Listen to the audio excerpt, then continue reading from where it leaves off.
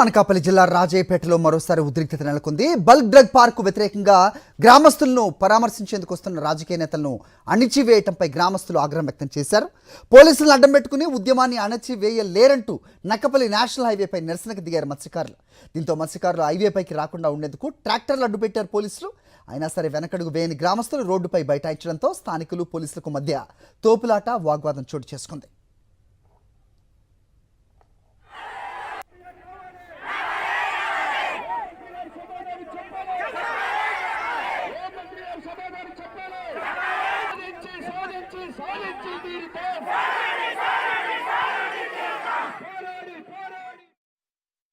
ప్రభుత్వం స్పందించకపోగా మత్స్యకారుల పోరాటానికి మద్దతు ఇస్తున్నటువంటి నాయకుల్ని గృహ నిర్బంధాలు చేస్తా ఉన్నారు, అలాగే అక్రమ కేసులు పెడతా ఉన్నారు.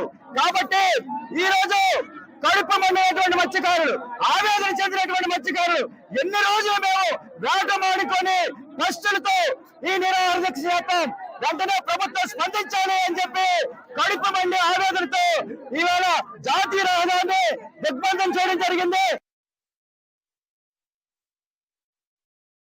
రాజీపేట గ్రామ ప్రజలకు సపోర్ట్ చేయడానికి ఏ ఒక్క నాయకులు కూడా మా దగ్గర రానికుండా పోలీసులు సెక్షన్ పెట్టి పేరు చెప్పి రాజీపేటలో గుంపులు ఎత్తేస్తున్నారు.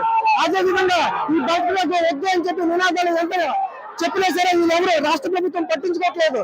ఈ విషయమై ప్రజలకి మాబోటి వాళ్ళు ఆర్గనైజ్ చేసే వాళ్ళు ఎంత చెప్పినా మా మాటలు వినకుండా ప్రజలు మా చేయదాటిపోయే రోడ్డెక్కే పరిస్థితి ఈ ప్రభుత్వం తీసుకొచ్చుకుంది. ఎందుకు ప్రజలు రోడ్డెక్కే పరిస్థితి వస్తుంది?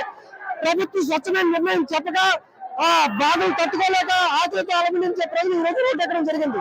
ఎందుకు ఈ ప్రజలు ఎలా ఇబ్బంది పడుతున్నారు? బయట గొప్పనే నినాదంతో రాజీపేట ప్రజలు ఎన్నిసార్లు మీకు విన్నవించుకున్నా వాళ్ళ పరిస్థితులు మీరు పట్టించుకోపోయేసరికి రాజీపేట ప్రజలు ఆవేశాన్ని తట్టుకోలేక వాళ్ళ ఆకలి బాధలు తట్టుకోలేక ఈ రోజు రోడ్డు ఎక్కే పరిస్థితి ప్రభుత్వం పోలీసు వారికి తీసుకొచ్చారు.